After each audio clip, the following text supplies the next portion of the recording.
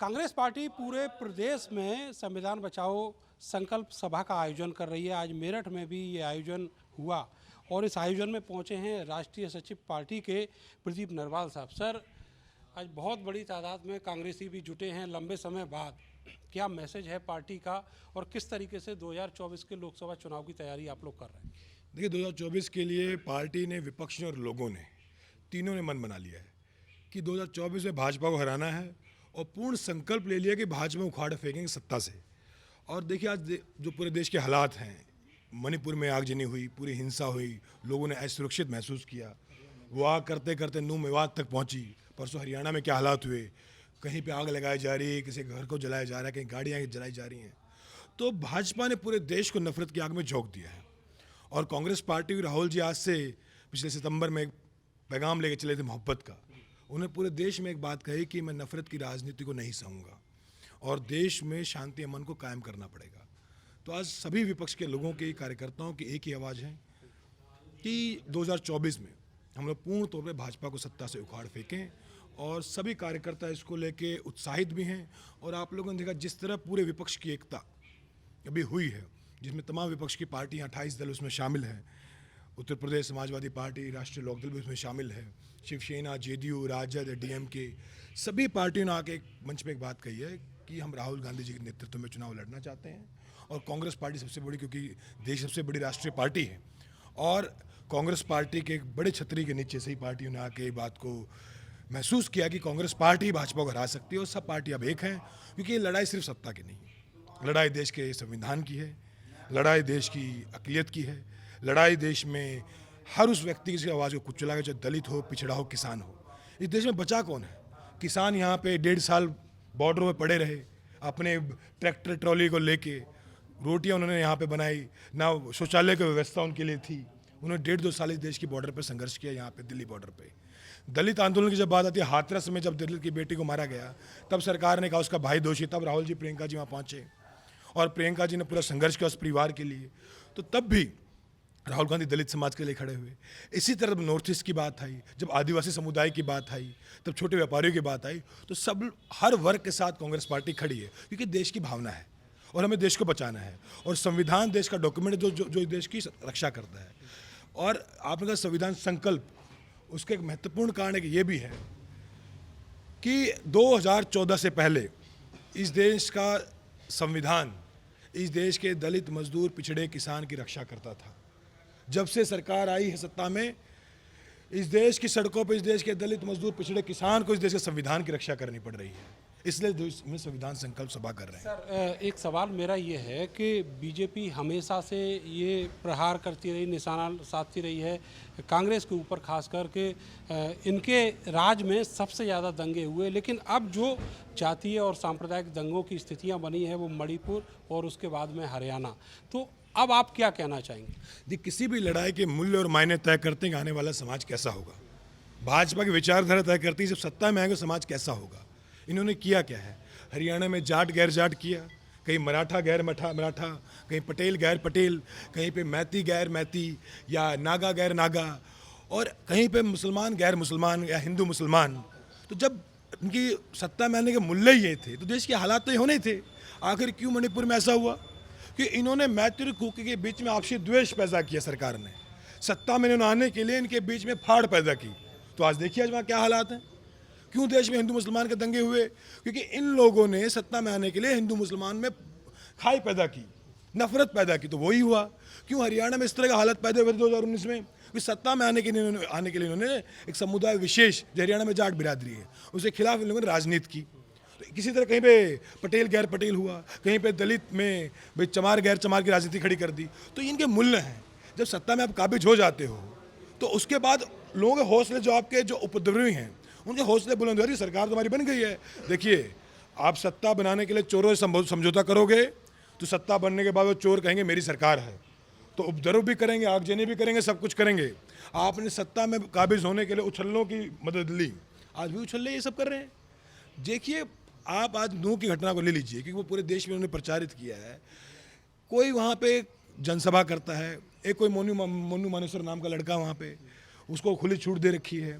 तो इस पूरे देश को आग में झोंक दिया। और देखिए, इस देश को आग से बचाना पड़ेगा, क्योंकि इस सवाल सिर्फ सत्ता का नहीं, मैं कह रहा हूँ आपको, इस सवाल समाज के ऊपर आ गया है। जितनी नफरत पैदा हो गई है भाई भाई में, जितनी नफरत हो गई है कि एक समुदाय के दूसरे समुदाय के बीच में, ये भाजपा ने अंग्रेजों वाला काम किया है। अंग्रेज भी काम करते थे, राज करने के लिए बांटते थे आपस में कि सबको बांट दो कि मैं देश पे राज करना है। ये भी वही करते हैं। अंग्रेजों ने क्या किया था, आज से ठीक 100 साल पहले, जब 1924-25 का समय था, यही समय था उस समय भी। इतिहास खुद को दोहराता है, इतिहास खुद में एक चक्कर पूरा करता है। आज से 100 साल पहले भी मस्जिदों और मंदिरों के बाहर दंगे भड़काए गए थे, अंग्रेजों ने भड़काए थे, ताकि हिंदू मुसलमान दिल्ली का एक ना हो और दिल्ली की सत्ता से जो अंग्रेजी हुकूमत बाहर ना जा पाए। आज फिर से उन्होंने कहा, दिल्ली के पास मुँह मेवात लगता है। अब हरियाणा के अंदर भी, अब मैं खुद हरियाणा से आता हूँ, उत्तर प्रदेश का प्रभारी हूँ, और कहीं तो मुसलमान हिंदू का करा नहीं सकते, मुसलमान की माइनॉरिटी में है, नूह मेवात के लिए वहाँ प्रयोगशाला बना ली। तो ये लोग सिर्फ अंग्रेजों के पैटर्न पे काम कर रहे हैं। जिस तरह अंग्रेजों ने देश को बांटा, ट्राइब में बांटा, समुदाय में बांटा, जाति में बांटा, धर्म में बांटा, एक दूसरे का इस्तेमाल किया सत्ता पे काबिज होने के लिए। उनको देश से कोई लेना देना नहीं था, ना उनको देश की इकोनॉमी से लेना था, ना आर्थिक से लेना था, ना देश के समाज से लेना था। उनको यही कर रहे हैं। इनको देश की ना इकोनॉमी से लेना है, युवा मरे, बेरोजगार हों, युवा मर जाए सड़क पे आंदोलन करते करते, किसान मुआवजा करते करते मर जाए सड़क पे, इनको कोई मतलब नहीं है। नरेंद्र मोदी जी का सिर्फ एक मकसद है कि देश की सत्ता पे काबिज होना, चाहे उसके लिए इनको बृजभूषण सिंह को बचाना पड़े या किसी निर्दोष को जेल में डालना पड़े। सर, आपने कहा कि प्रयोगशाला बना दिया नूह मेवात को। अब जैसे चुनाव जो है करीब आ रहा है लोकसभा का, और उसी समय जो ज्ञानवापी का मुद्दा है वो भी धीरे धीरे हाईलाइट हो रहा है, और अभी हाल ही में जो मुख्यमंत्री का बयान आया है उसको किस तरह देखते हैं? देखिए, ज्ञानवापी का जो पूरा मसला है, हम फिर से एक बात कहते हैं कि देश में आज़ादी के बाद, देखिए, नेहरू जी ने एक बात कही थी। नेहरू जी हमेशा इस देश को सेकुलर ट्रेडिशंस पे चलाते थे, चाहे बात किसी को कड़वी लगे, बुरी लगे, अच्छी लगे, पर सवाल देश का है, और देश को बचाने का हमारे हर कड़वी बात बोलने को तैयार है। आज हम आज़ाद भारत में जी रहे हैं। आज किसी हुकूमत नहीं है, लोग सरकार चुनते हैं, कोई राजा नहीं बैठा, आज बैठा कल को गिरा भी देंगे। और जहाँ तक किसी मस्जिद मंदिर का सवाल है, आज़ादी के बाद जो भी स्टेटस को था संविधान में वो भी बना हुआ है। अब आप रोज़ कोई मुद्दा उठाओ, कुछ भी नहीं हो, उस अलग मसला है।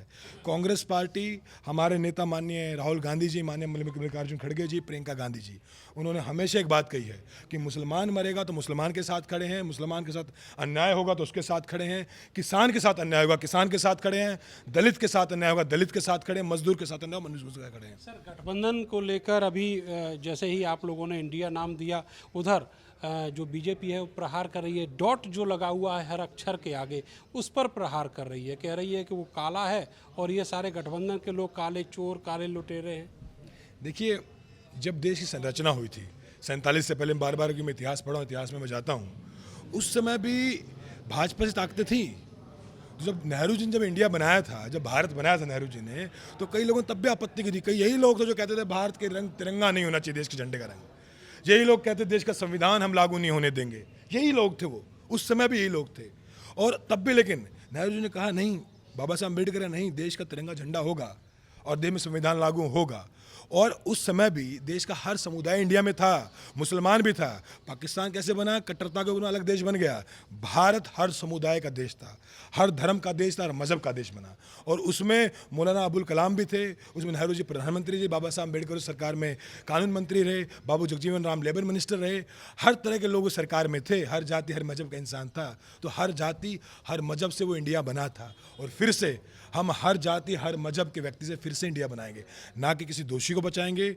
और तब की सरकारों ने भी, जब आज़ाद भारत की नींव रखी गई, तब भी बात तय की थी कि आने वाली सरकारें धर्मनिरपेक्ष होंगी, मैन्युफैक्चरिंग के ऊपर होंगी। उस टाइम देश में सुई नहीं बनती थी, पर नेहरू जी ने देश में कारखाने बनाए, मिसाइल बनाई, बड़े बड़े इसरो ने उस टाइम नए नए एक्सपेरिमेंट किए, इसरो ने बड़ी बड़ी जो स्पेस यानों का उस टाइम मैन्युफैक्चरिंग किया गया। तो और ये क्या करते हैं, ये सिर्फ झूठी बातें करते हैं। तो ये इंडिया है, ये एनडीए को हराएगा, क्योंकि इनके पास आई नहीं है। आई मतलब इंडियन होता है। ये इंडियन को नहीं समझते हैं, जो कहते हैं ना first and lastly we are Indian, जो भारत के संविधान में भी लिखा हुआ है। तो ये लोग उसको मानते नहीं। बाबा साहब अम्बेडकर कहते हैं कि first and lastly I am an Indian. तो ये लोग इस बात को नहीं मानते हैं, इसलिए उनको आई से नफरत है कि फर्स्टली एंड लास्टली ये अपने आप को मानते हैं आरएसएस का एक पिट्ठू, नागपुर का एक कच्छाधारी अपने आप को मानते हैं, और समझते हैं इनके उस संघ के राष्ट्रवाद से, उनके संघ के जो दृष्टिकोण से देश चलेगा। ऐसा नहीं है। हम इंडियन हैं, हमारे देश में आई भी रहेगा, INDIA सब कुछ रहेगा, और ये इंडियन निकालना चाहते हैं। सर, सर, अखिलेश यादव और उनकी पार्टी जो है उत्तर प्रदेश में सबसे बड़े प्लेयर है 2024 के लोकसभा चुनाव में।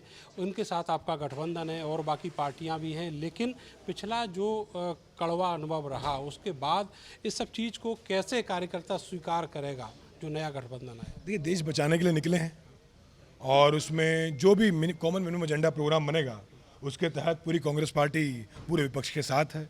कि कांग्रेस, क्योंकि राहुल जी ने साफ किया बार बार कि हमारी लड़ाई महज सत्ता के लिए नहीं है, हमारी लड़ाई इन गलियों में जल रहे घरों को बचाने के लिए है। हमारी लड़ाई गलियों में जो आग जनी होती है, जो रोज़ किसी युवा को जला दिया जाता है, इसको बचाने के लिए।